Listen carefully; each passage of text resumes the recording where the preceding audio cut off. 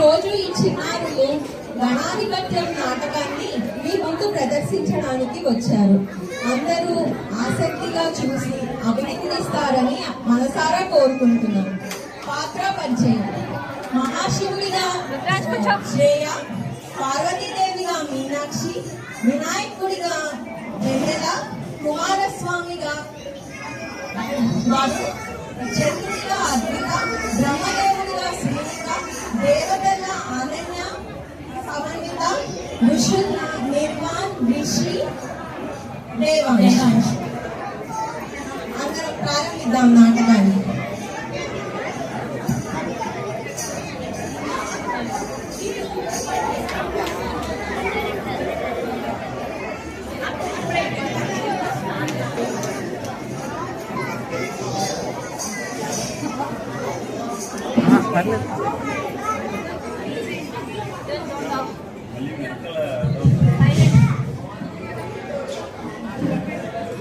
కైలాసములో పార్వతీ పరమేశ్వరులు ధ్యానం చేయుచుండగా దేవతలు మునులు వారి వద్దకు వచ్చిరి.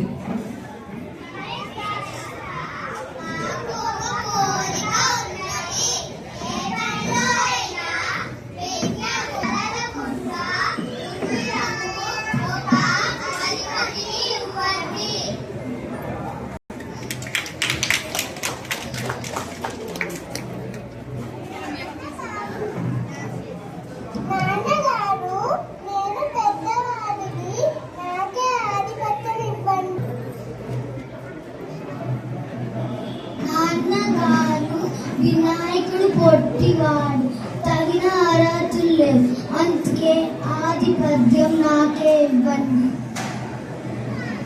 సరే, మీరిద్దరూ నాకు అర్హులే. కానీ ఎవరైతే ముందుగా 3 లోకాలలోని ఉన్న పుణ్య నదులలో స్నానమాడి నా దగ్గరికి వస్తారో వాళ్ళకే ఆధిపత్యాన్ని ఇస్తాను. కుమారస్వామి తన నెమలి వాహనం మీద 3 లోకాలకు పయనమయ్యాడు. నాదా, కుమారస్వామి పని చేయగలడు, వినాయకుడి ఎలా చేస్తాడు? దేవి, వినాయకుడు తెలివైన వాడు, తను ఈ పనిని చేయగలడు. గణేశుడు నారాయణ మంత్రాన్ని జపిస్తూ మన చుట్టూ ప్రదక్షిణం చేయుచున్నాడు. ఇది అన్ని నదులలో స్నాన ఫలితాన్ని ఇస్తుంది. ఆ మంత్ర ప్రభావం వలన కుమారస్వామికి అన్ని పుణ్య నదులలో వినాయకుడే మొదట స్నానమాచరించినట్లు కనిపిస్తుంది. కుమారస్వామి ఆశ్చర్యచకితుడై కైలాసమునకు చేరుకుంటాడు. నాన్నగారు, అన్నగారి మహిమ తెలిగిలా మాట్లాడు, శ్రమించి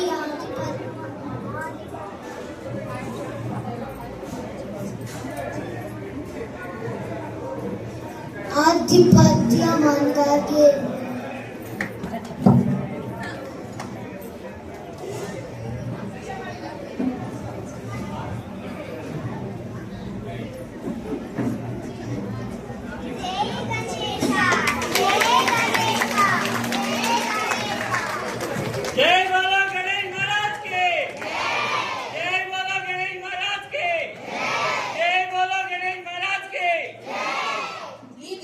పరమేశ్వరుడు భాద్రపద శుద్ధ చవితి నాడు వినాయకుడికి ఆధిపత్యం ఇచ్చారు.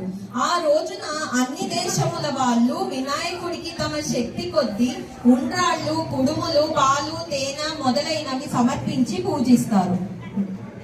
వినాయకుడు సంతోషించి కుడుములు కొన్ని తిని కొన్ని చేతిలో పట్టుకొని నిదానంగా సూర్యాస్త సమయానికి కైలాసమునకు చేరుకుంటాడు.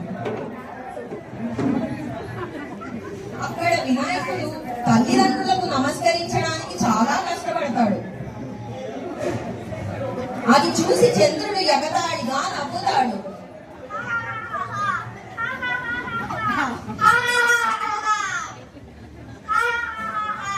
వెంటనే వినాయకుడు పొట్ట పగిలి కింద పడి మరణిస్తాడు.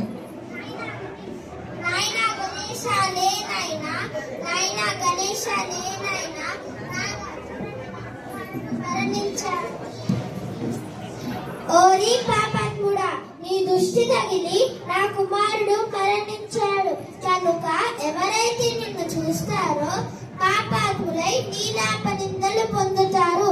ఇది నా శాపం. తల్లి, నా అపరాధంని క్షమించు. నీ పాద రాసుని నా మీద దయ చూపుము.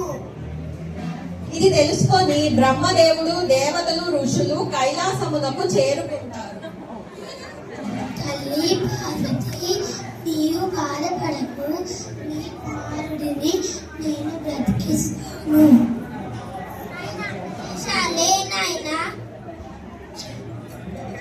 ఓ పార్వతి, నువ్వు ఇచ్చిన శాపం వలన అన్ని లోకాలలో ఉన్న వారికి కీడు జరుగుతుంది. కావున దానిని ఉపసంహరించుకొనుము. సరే బ్రహ్మదేవ, శాపానికి నివారణ మార్గాన్ని చెబుతాను. ఏ రోజైతే చంద్రుడు వినాయకుడిని చూసి నవ్వాడో ఆ ఒక్క రోజునే చంద్రుడిని చూడకూడదు.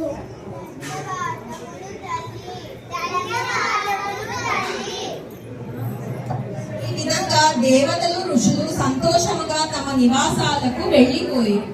కావున భాద్రపద శుద్ధ చవితి రోజున ఎవరైతే మనసారా వినాయకుడిని పూజించి భక్తి శ్రద్ధలతో కథ విని అక్షింతలు తలపైన వేసుకుంటారో వారికి ఎటువంటి నీలాప నిందలు కలగకుండా గణేశుని కృప కలిగి సంతోషముతో వర్ధిల్లుతారు.